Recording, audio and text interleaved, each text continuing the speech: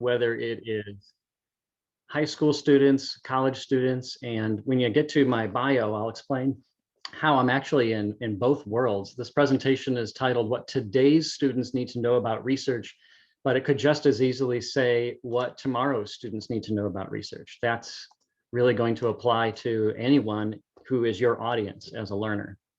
So who am I? My full-time role right now is this hyphenated teacher librarian. I was a high school English teacher for 16 years, and the district I am in, we have 2 high schools, 5 junior highs and 13 elementaries. They decided to go to a more collegiate model for their libraries, rechristening them as learning commons, and interviewed for a position they created to pull someone from the classroom to be a teacher librarian. So I don't have a library background other than being a library patron since birth, but I co-direct the library with our high school librarian and bring programming back out to the building as a whole. So I'm in every classroom I'm invited to. We speak to English 1 classes to get everyone on board to Noodle tools and using databases and navigating those kinds of things. So that's my role, teacher librarian, more so the teacher part. But I'm also, over the last 11 years, my secret nightlife, I am an English adjunct at Waubonsie Community College, teaching English 101 or 102, composition and research. And in the last 4 years, I also overlap. I teach methods of teaching high school English for teacher candidates at North Central College. I'm the author of the book, Who's Being Served, which is about student-centered lesson planning and instruction, and that was published in 2018. And when people ask me what I do, I kind of have to explain all those things. I'm a writer, I'm a teacher, and I research. So that's what brings me to you. I first want to say thank you to the organizers and the sponsors for this opportunity, specifically the ESLN group, just a lot of behind the scenes work that's been going into this, and for our sponsors for helping put this together.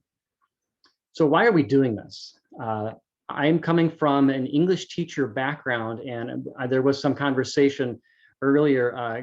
Caroline had a session, she was talking about standards. So I'm pulling a lot of language from the Common Core standards, the research to build and present knowledge. When I see things like conduct short as well as more sustained research projects to answer a question and gather relevant information from multiple sources. So inspired by that information, as one of the expectations of my hire as a teacher librarian was to revise our research curriculum. So when I go to classes, when I present at conferences, I give this reminder that the importance of academic research, the reason why we're doing this is because it is a life skill. You know, that this is not just for the assignment for the teacher for a grade. Research is something you're going to always be doing. You research the vacation destination before you get there. You research the car before you make the purchase. You research in anything that you're making a large purchase. You invest time to investigate, and that's what research process is. It isn't always going to be for an essay, but it's always going to be for gathering more information. And you want to do that responsibly. A reminder also, and this is interesting because we just heard this from Christine and from Jocelyn, that Google is not a source. It's a vehicle that can help you get there. Just like when someone asks you, like, hey, where'd you get that jacket? You can say you got it from Amazon, but you really got it from the source. So that's what we're coaching students to know how to navigate, is the online searching, and that's what Christine just showed us, but also the databases. So I'm going to show you in these skills, the 13 skills that students should know and master, is part of this awareness that Google isn't where you're going exclusively. It is a complement with an E, English teachers, that goes well with the sources you're finding in other places.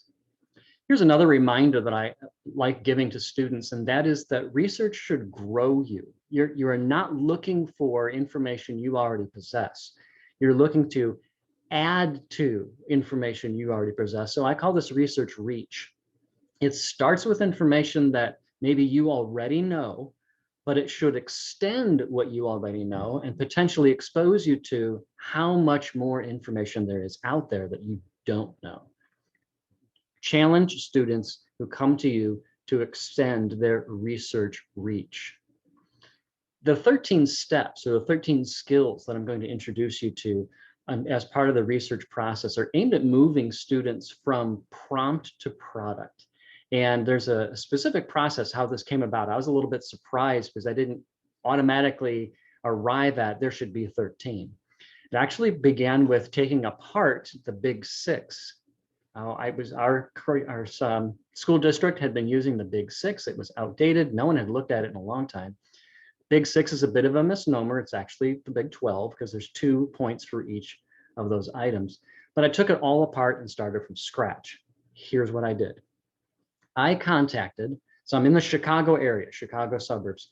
I contacted 30 colleges and universities in my area. You can see their names here.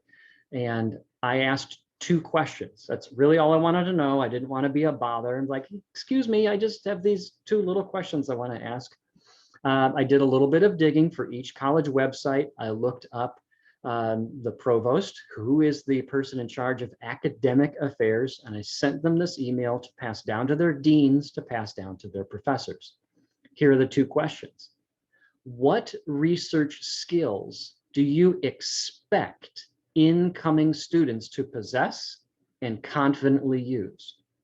And the second question, in which of these skills are incoming students the most deficient? Because I work at, most of my full-time, most of my time, I'm in a high school, and we claim to be college preparatory, career preparatory. Well, it would help to know what the next level is expecting. Okay, I'm also teaching at the college level, so it's interesting that I'm riding both of those personas. Earlier, I think it was Jocelyn who had a survey. Jocelyn and Mike had a survey, what role are you in? Like, I'm in both. I actually am feeding myself in both directions. But this is what I was asking. What do you expect? And where do students need the most help? The responses were fascinating, but limited to only 13 kinds of answers. And it was fairly easy to arrange these linearly on a line from what should students know first, what step does that lead to next, and it all shook out to 13 skills. Now, let me say, as you're looking at this graphic, that you do not need to teach and students do not need to perform all 13 steps every time you research. I'm just promoting there are 13 proficiencies, there are 13 skills that students should know about the research process before they begin a major project. So that's going to walk you through quickly.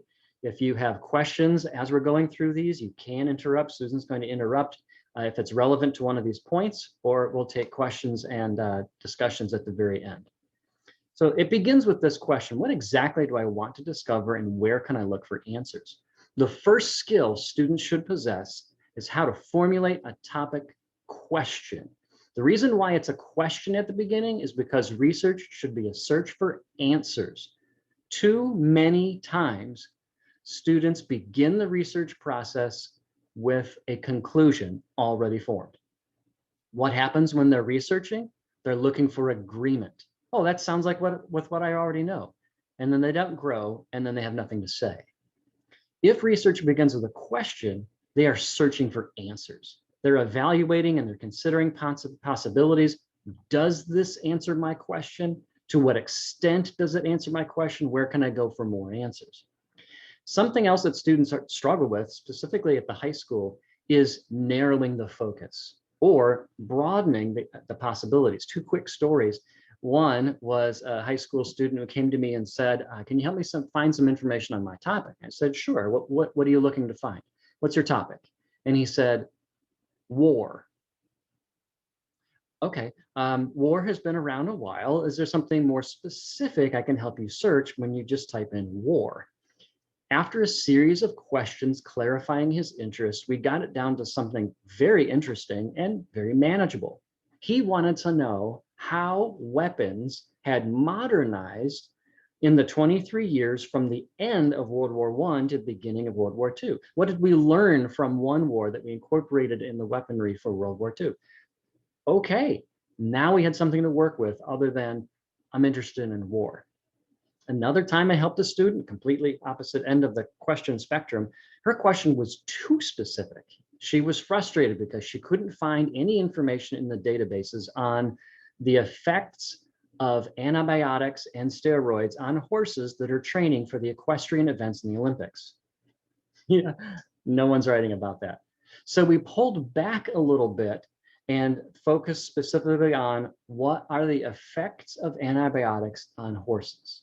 And we can make it more specific after that if we have too many search results.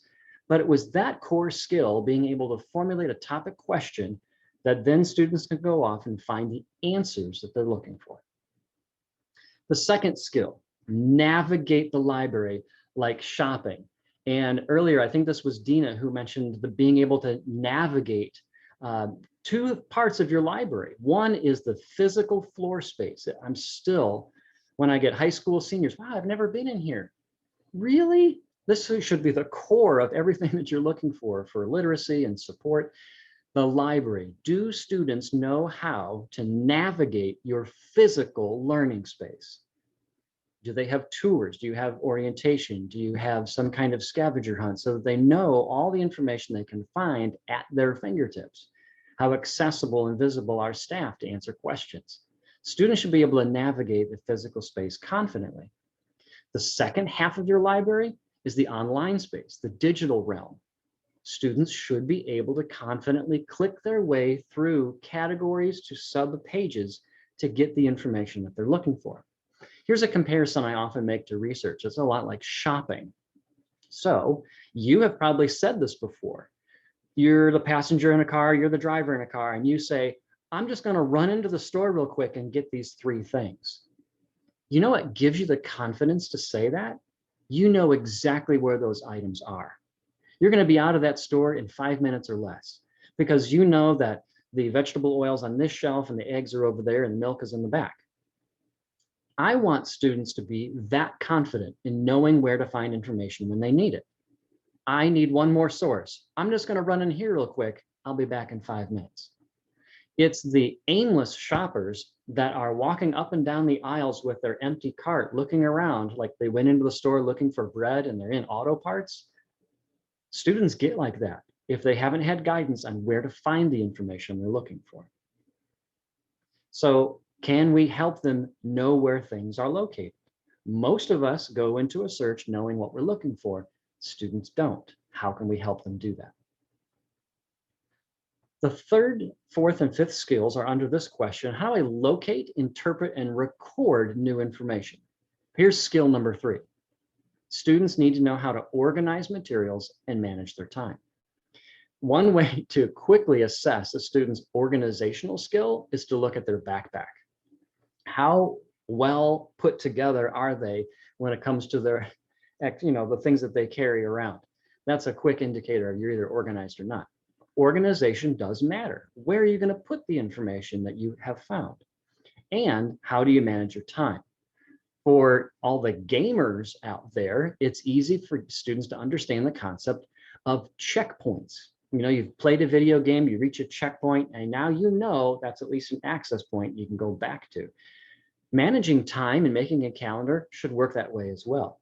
Let's say a research paper is due in 5 weeks. It's generous, but 5 weeks. Once a week, every Wednesday, every Friday, there should be a checkpoint. By this Friday, you should have found at least 3 of your 8 sources. By the following Friday, you should have found 6 of your 8 sources and have drafted 1 of your paragraphs. Setting manageable checkpoints along the way avoids the surprise and the procrastination of everything having to be done at the end. Students need help organizing materials and managing time. Model that for them. Skill 4, read, comprehend, and take notes. This is something that students struggle with because they haven't had that much exposure to it. So reading, this is something that was mentioned in an earlier session as well. Students don't read articles for fun. You already know this, and I hope you're laughing on the other side of this camera. I have waited for the day when I'm walking down the hallway and I see high school or college, a student turning to another student and saying, hey, check this out. Look at the article from Scientific American I just downloaded. That's not happening. And then we give them research projects, and the first thing we expect them to be able to navigate independently is an article. We need to model for students how to decode and even look at the structure of academic research. This isn't something they're reading often, so they're going to need some guidance on how to get through it, how to comprehend it, how to get past the scientific or the work jargon that may be in there, and even to look at the structure of the sources they're finding. I've had students pull up 17-page articles and instantly go to exit out. I'm like, wait, it's too long. Well, maybe the information you're looking for is only on pages 8 and 9. So we do a Control F search for a keyword, like, oh, it's right there. You didn't have to read the whole book or the whole article to get just what you needed. Comprehending the structure of a research source and artifact will help them find quickly the information they're looking for, and how to take notes. Students may be familiar with taking notes in class, but it's the same thing of interacting, and they hate this word, annotating the source that they find to identify whether it's going to be useful or not. Skill 5, gather sources. Do the actual shopping. Mind the databases. I create videos so students can watch them more than once. Yes, I do present live to classes. Yes, I present at conferences like this, but I create videos so my audience can go back through the steps.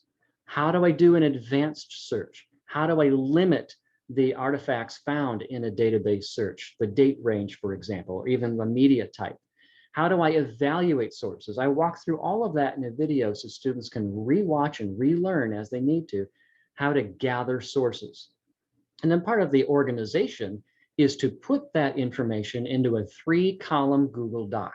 I share that with students if I get a research request. I share it with teachers so that the first column is the citation, the second column is the link, maybe with the password if it's a protected database, and the third column is the notes. What's in the source and how do I intend to use it? That crazy 2-word combo that students are afraid of hearing from their teachers, annotated bibliography. If you create a document like this, the annotated bib practically writes itself. Have students gather sources, and we'll get to a future step of evaluating those sources and putting them in kind of a ranked order of importance. Skill 6. Now I have to pause here to tell you that of the survey responses I received from those 30 colleges and universities, skill 6, using the databases and diversifying their source types, was the #1 complaint. College professors over and over again said, I'm tired of getting Google only information, and I'm tired of only getting one type of source. So that's why I built those 2 steps into this. Mind the databases and diversify your source types. How do I locate, interpret, and record new information? So there are other artifacts out there. Not everything has to be an article. It's okay to find an interview. It's okay to include visual pieces like a TED Talk, a video, a photo, an infographic. There's so much more visual pieces that can be evidence in our research today. Other places to look, coaching students through the process of, how is a .com different from a .gov, which is different from a .org, which is different from a .edu? How does the information change its flavor across formats? And why might it be beneficial to have more than one source type in my final product? I also encourage students to go local. So for using newspapers, you can get that through databases, but you can also get that by going directly to the newspaper itself. Quick story of a student I had who came to me very frustrated. I can't find any information, she said, about women's rights in India. And I asked, well, what newspaper are you looking in? And she said, the Chicago Tribune. Okay, well, I explained that Chicago Tribune may not have information at that level as often unless it's, a major international news story. So I suggested, let's go read India's newspapers. And she looked at me like that wasn't possible. So we opened up Google, typed in major newspapers in India, found a few, went to a major city, read their newspaper, used Google Translate to translate into English, find the magnifying glass, and do a search on a world newspaper, and she was immediately finding results for women's rights in a newspaper in India. Go local. Here's another tip I want to share with you, and I'm going to minimize my screen here so I can go somewhere else to show you how to use Google Maps. So Google Maps is very useful when, let me come back to this for a second. Okay, using Google Maps as a source. So I had a student whose topic was installing solar panels in Peru, and he wanted information about how to do that. So he went to Google Maps. It's as easy as scrolling out and zooming into where you want to go. He wanted to go to Peru. I specifically zoomed in on the capital. You could type this in over here. Students don't know how to use Google Maps. You use it as a business directory. You want to find a local restaurant, a gas station. We're going to use this. So I typed in solar panel, comma, Lima, Peru, and it gave me a business directory of companies that install solar panels in Peru. And does it have a website? Okay, this one does. So we went to the website of this one company that installs solar panels. I can translate this into English and look over here. They have a blog. So on the blog, we were able to get information about installing solar panels in Peru. Get this, from Peru. What a crazy idea. Using Google Maps as a business directory to get closer to the actual source of information, especially if it's geographic dependent. What's going on in women's rights in India? Go to India. How do I enhance the outreach opportunities in Manila, Philippines? Let's go look. And so we zoom in on the map and we find locally the organizations that are already doing that on the ground. Another opportunity you have is .edu. What are the scholars themselves researching and posting? And people. So one of the things that I also encourage students to look for on the web is conferences. Do you know what people do at conferences? They present information that they've researched. And those conference websites will have links to articles, artifacts, interviews, and contact information for these people who have already done the research. So that's where you use Google to, someone's researching global warming. Okay, annual global warming conference. Who attends, who presents, and what information is there that I can pick up that wouldn't necessarily be in a database. That's how we're doing this. Step 7, and there's 2 parts to this, and this is important that I broke this into 2 parts. How do I determine which sources are the most useful? Skill 7 is different than skill 8. In skill 7, we're coaching students how to evaluate the sources that they find. Procrastinators don't have this luxury. I love asking this question, and I can't see your cameras, but I am going to ask you to raise your hand. How many of you honestly have been doing research at the last minute, and the first source you found suddenly became the best source you ever found on that subject? We want students to spread out on their organization and time management, time for them to evaluate the sources and put them back. You do the same thing when you're shopping for clothing. You go into a store, you try it on. If it's a good fit, you might keep it. But if it's not a good fit, you put it back. This is one of my favorite object lessons of all time. I have an oversized, humongous, ugly sport coat. And I ask students, like, what's the process of finding a new piece of clothing? I'm looking for a jacket. And they give me these steps of what they would go through to find the right jacket. Then I put on this humongously ugly sport coat. And I go, what about this? This looks pretty good, huh? I just walked into the store and bought it. No, it looks horrible. Yes, so do final projects and essays that have sources that aren't a good fit. If it's not a good fit, put it back and keep shopping. So coaching students through the process of evaluating their sources, I use a recommended method called CARS, very simple, CARS: credibility, accuracy, reasonableness, is it fair, and support. Look for those 4 things. There are other methods for evaluating sources. You use the one you're most comfortable with, but it has to happen. Skill 8 is slightly different.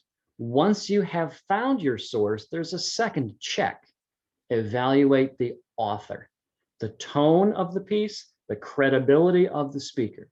Be careful with blogs. Blogs can be opinionated, but those opinions can be valuable.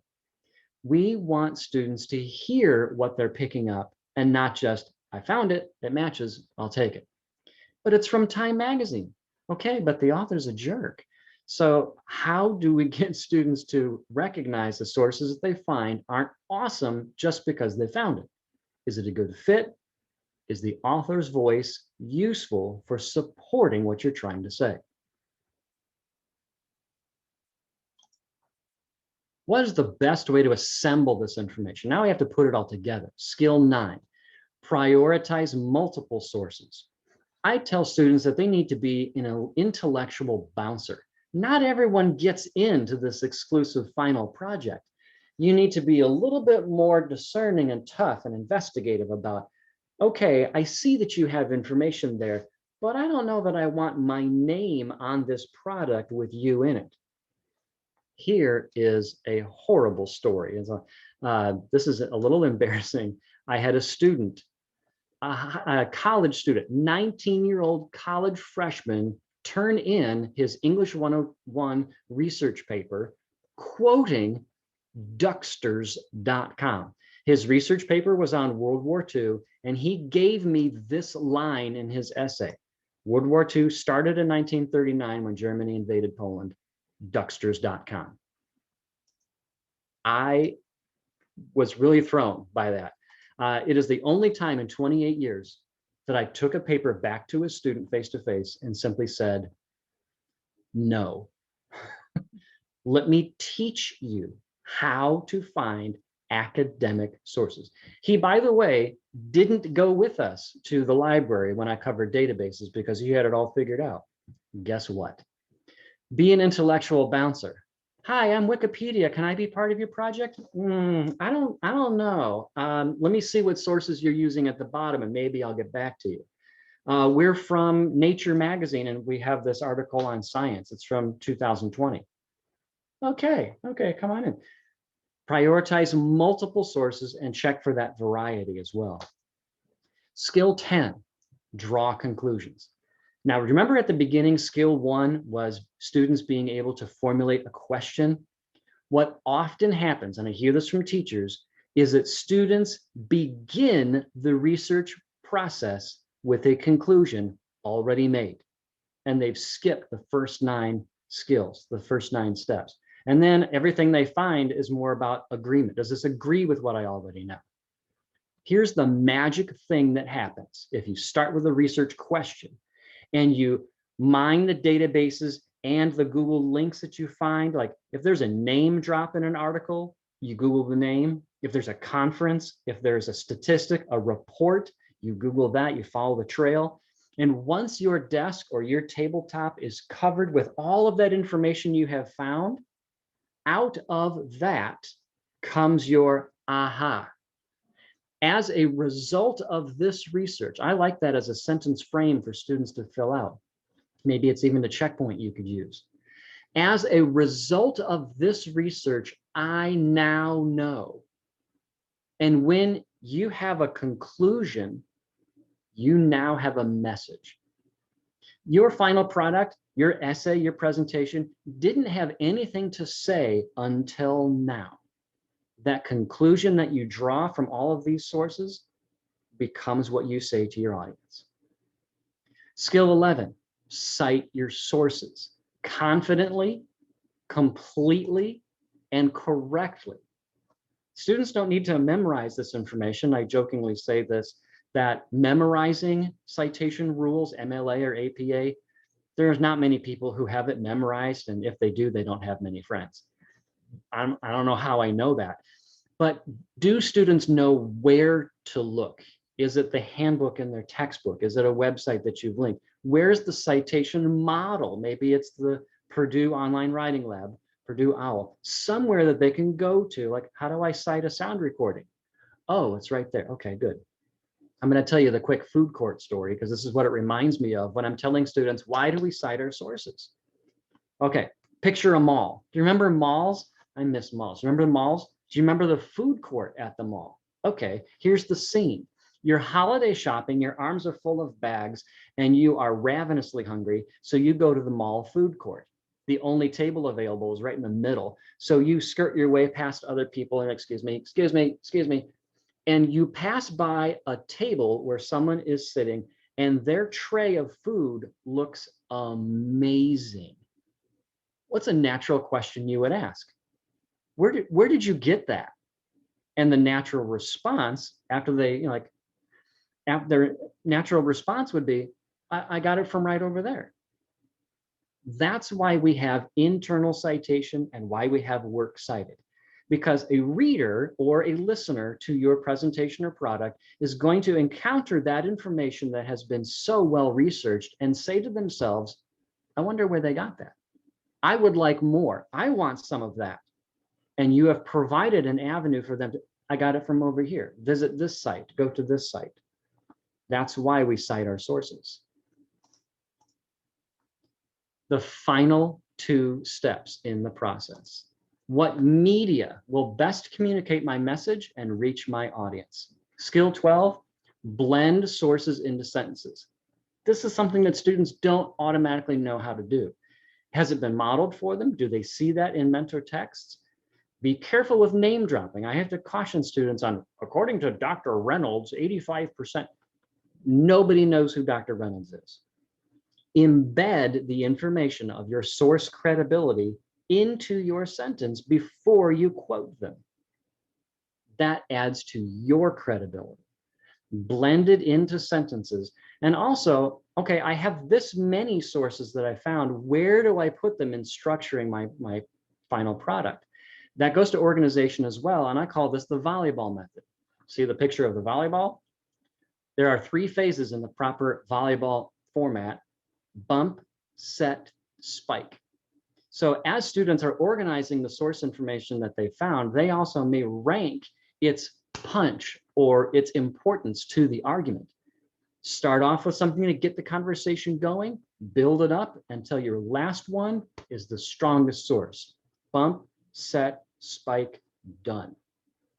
Blending information into sentences, supporting it with an explanation, building your case throughout, and adding in your conclusion, as a result of my research, I now know. So when it gets to skill 13, students can revisit the original assignment prompt and publish and or present with confidence.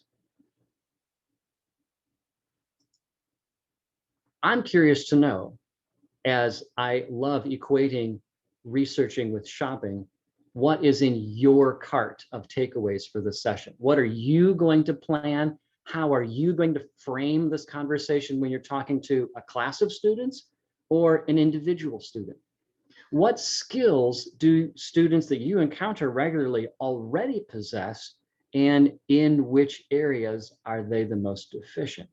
Maybe there's something in these 13 steps, maybe there's a skill that you can revisit and like, I was good on all of those except that one. I'm so glad you mentioned it. That's why I'm here. Other information that you may be interested in, one is the research book for teachers that the library director and I co-wrote. The PDF for it is linked right there. So when you get the slide deck linked for you later, this last screen is going to have that for you. This is a book that we wrote to explain those 13 steps in more detail. So beyond the slide deck that you just viewed and my commentary over it that just took 30 minutes, you can visit each skill in more detail. And if you have questions or stories, I love, opportunities like this to network with others. Let's continue the conversation. I don't want this to be a one and done meet and greet and hey, thanks.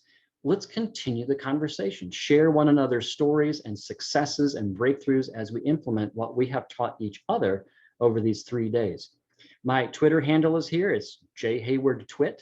My email is here, and the LibGuide that we created for our high school students is also linked here at the bottom. And that's all I have for you. Susan, if there are other questions that have been popping into Q&A, I see like 52 things in the chat. What's been going on? Yeah, I can. You obviously are good at experienced at teaching students after lunch, because you definitely kept us awake. Oh, good. It's a performance and entertainment for sure. Yeah. We don't have anything in the Q&A yet, so I invite people to put questions there, but we have a number of comments in the chat. Okay. Somebody says that videos really are valuable learning tools, and that I saw that firsthand during the COVID lockdown. Yes. So it sounds like they're definitely. And I'm teaching 2 summer college composition courses this year. It's completely online. And my students are telling me that it's the videos that make the most difference. I'm explaining things in videos, and they can go back. They can go back and watch it again. And maybe it's just the segment that they needed to hear again that they would have missed in person, or if it had just been a handout. Okay, and then my colleague Heidi says a great orientation activity for students at the beginning of the school year, a shopping the library competition if groceries were prizes that all sign on. How quickly can you find it on the shelf? And then Jocelyn, who are one of our presenters from earlier today, asks, can you put the links to the LibGuide and the Teacher Quest PDF in the chat if you have time now? If you don't have time now, okay, you can also send them to the organizers of the conference, and we can put them on the website with your slides when the symposium's over. But I'm going to do that right now. All right.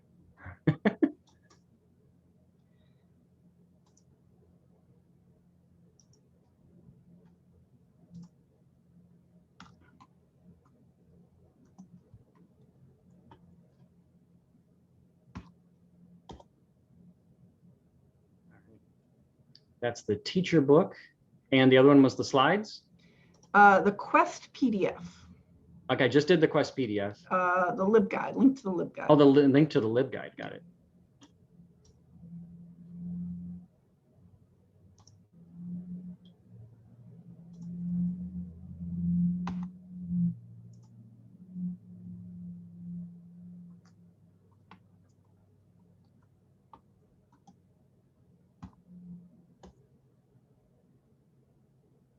Okay. Okay, and now we have another question for you. Sure. Have you taught any online professional development sessions on how to integrate research skills across the curriculum to a large group of K-12 faculty in your region, state, or at a teacher conference? Yes, I know. This is my 3rd year presenting this exact program to various adjuncts, teachers, tech conferences, librarians, our state library network. So I've done it in that context. It didn't sound like if that was, have I done or am I going to? Was it an invitation? I'm thinking sometimes, I know with the library councils, it can be sometimes hard to reach teachers themselves. We can reach the librarians easily, but, and I don't know if that's where that question was coming from, but.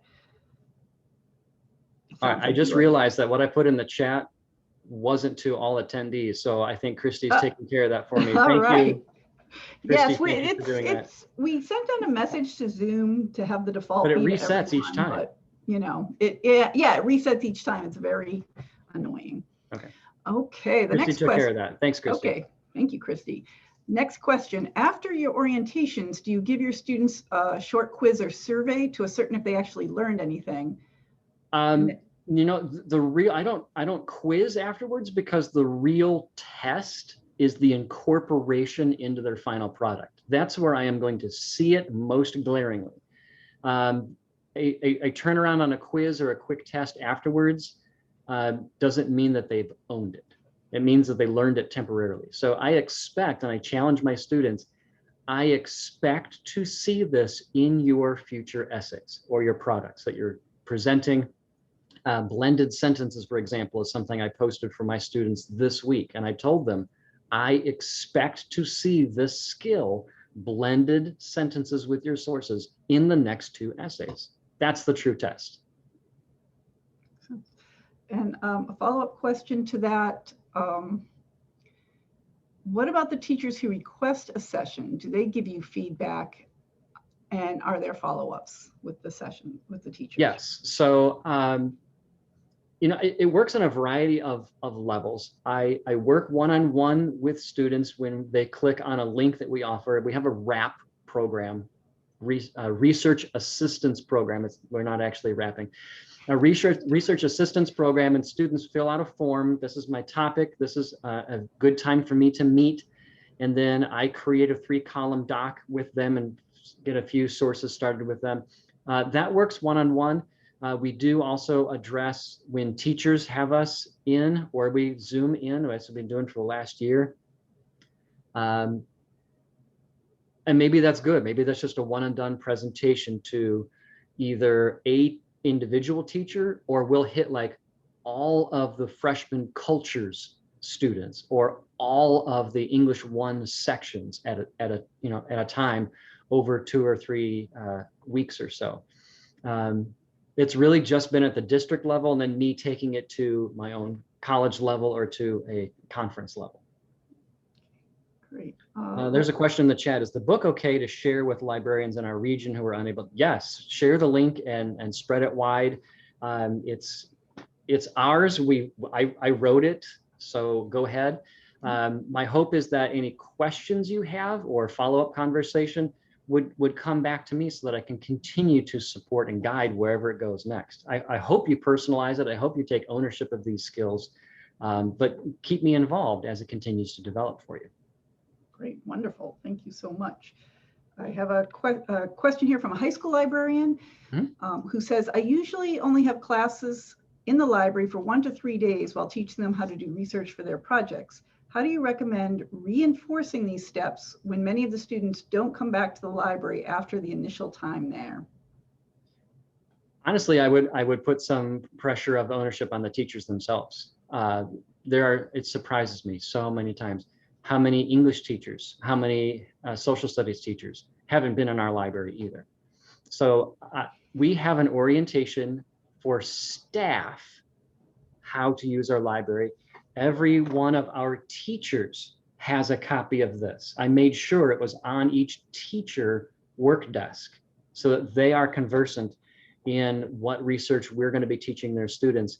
And then like lovingly put the pressure on.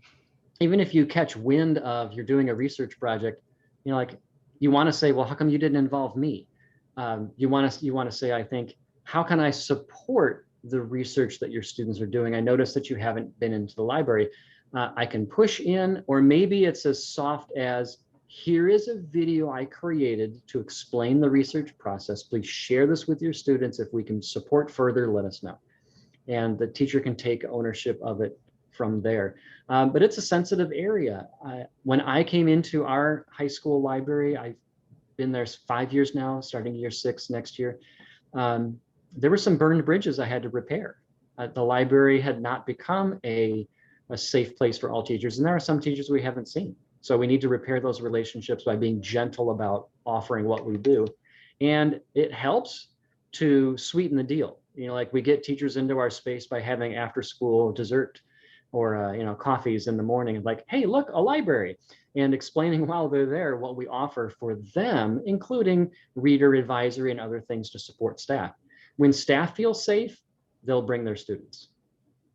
Okay, well, you've mostly just answered this next question, but if you have anything to add, what challenges have you faced when working with the teaching faculty? So sounds like getting them in the library, number one. Getting them into the space, realizing that we are a valuable partner. I think one of the challenges, Susan, honestly, is convincing students or convincing teachers that we are worth the sacrifice of time. Like you have to prove your own value, because it's hard to convince a teacher to give up a day of curriculum. My presentation today was 30 minutes, maybe 35 minutes total. I am sometimes offered 15. Like, I want you to come into my classes and talk about database research. Can you do it in 15 minutes? No, but I'll try. Just how can you increase your value as a school entity? What are the resources? I mean, like, be public. So here's another thing I do, just a quick plug of, I email a department monthly, like maybe this is the science department's month for me to contact them, I'll find an article or something that I get in my inbox, and I'll forward it to the entire science department or math department. Who comes to the library for math? But I'll share it with them and say, if you're interested in resources like this, like these, let's talk. We have more. How can we support you? I think sometimes they just forget. Teachers are busy. I think we know that. But if we can like elbow our way in lovingly to say, this is what we can do for you. This is how we can support you. And it's in a way, it's in a flavor that is going to make your teacher life easier. Okay, great. Well, the last question that's in the Q&A right now, from another high school librarian that says, how would you suggest presenting these 13 skills in a concise manner due to the time constraints? And it sounds like you've already pretty much addressed most of that in that, well, it's pretty hard to do it in, right. in 15 There's minutes. other ways to do it. I mean, I have a slide deck. You're welcome to customize the slide deck. We have a LibGuide, visit the LibGuide, and I have a one-page handout. So this information of 13 steps comes in a variety of bites, depending on how big the bite is, of bite-sized manageable chunks. If you cannot accommodate a 45-minute presentation with follow-up, then maybe it's a 30-minute quick overview and, check this out later. Maybe it's here's what it is, now visit the site for more. Our LibGuide has videos that I didn't go into. There's links that I didn't go into. There's standard language I didn't go into. So how big of a window do you have to share, and share what fits so that you're not overstepping your bounds? Okay, great. And we will be linking to the presentation and the documents mentioned in the presentation on the symposium website. So I think it sounds like people are going to definitely be going back and dig through that and spend more than the 30 minutes that you've given us. And email me so I can be part of that conversation too going forward. And you've been getting lots of affirmations in the chat here, including yes to burned bridges. They understand that. It happens. Love the idea of orientation for teachers. Love the presentation. So I think a lot of people are definitely have experienced what you're experiencing. I know myself, I learned how to use Google Maps to find business information. So right. that was worth it just here. Good. And people are saying lots of great ideas for using next year. And they especially love the free book. So thank you so much for sharing and being so generous with your talents. Okay, if there are any more questions, we have a few more minutes. You can put them in the Q&A. Otherwise, you can, I know Christy is putting a link back to the program. You can take a little break before our next session. Our next session is going to be audio only. So you have a little break from staring at a screen, and it's our keynote session, which I know it's late in the afternoon, but our keynote, or one of our keynoters is on the West Coast. So we didn't want to make him do it too early, but we'll be very, would love to have you join us. And our idea with the audio session is maybe you could go take a walk while you're listening to the session. So thank you. Any last questions for John? We have a couple more minutes here. Nope, just lots of people telling you it was a great session. So I hope you'll all take John up on his offer to email him and to share the information with him, and we'll have you back at a later time. Sounds good. Thank you. Okay, thank you so much.